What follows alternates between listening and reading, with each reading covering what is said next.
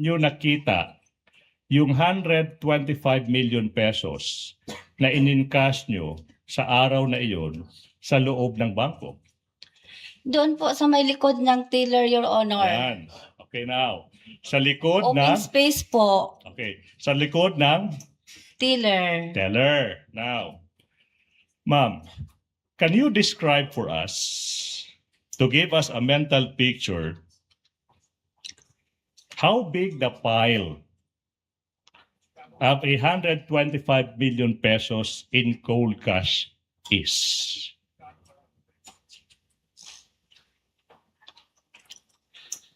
Ipa-describe.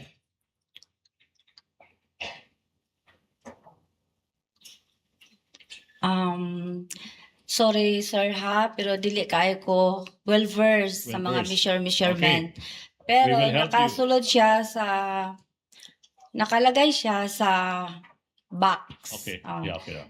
na nakabandal tag 1 One million ang isa ka bundle nga nakaputos, nakabalot og cellophane na silyo pa, silyado pa. Tama po. Sinasabi mo, ma'am, na hindi ka well-versed sa measurement. Tama po ba? Di ba? Now, I will show you a simulated representation of 125 million pesos. Sinabi mo 1,000 peso bill, di ba? Show that to the screen, please. I'm sorry.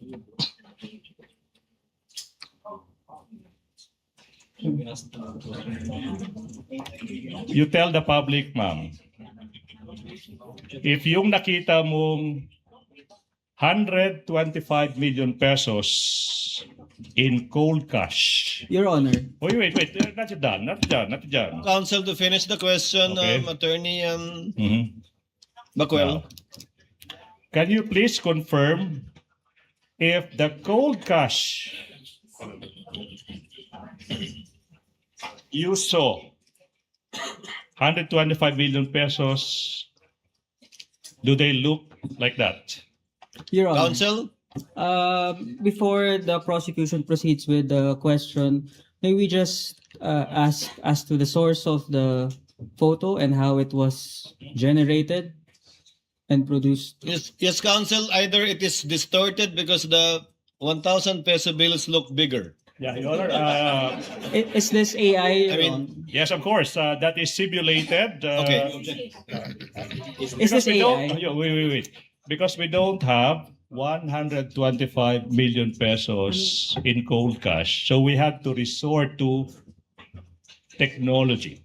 Is that, Your Honor, artificial intelligence? Is this AI? Yes. Generated? Yes. Counsels, if you will allow the presiding officer. Ma'am Gina, sabi niyo nakalagay po sa kahon, tigi 1,000 bundle. Ilang kahon po? Dalawa, Your Honor. Gaano kalaki po yung kahon? Gamitin niyo po yung kamay niyo. Gaano kataas po? Gaano kataas? Gaano kataas po?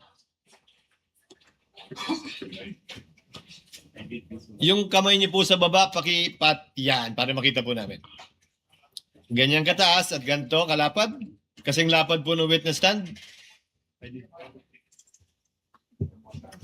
125 million po yan. Dalawang kahong ganyan. Opo, Your Honor. Binilang niyo po ba? Tinanggal niyo po ba mula sa kahon o hindi na? Tinanggal po sa kahon, Your Honor.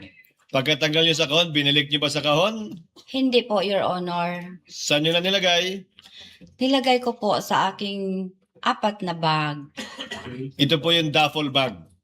Parang traveling bag po, Your Honor, na oblong. Traveling bag, 4 pong gano'n. Yes, Your Honor. Okay. The procedure order. Your witness, counsel.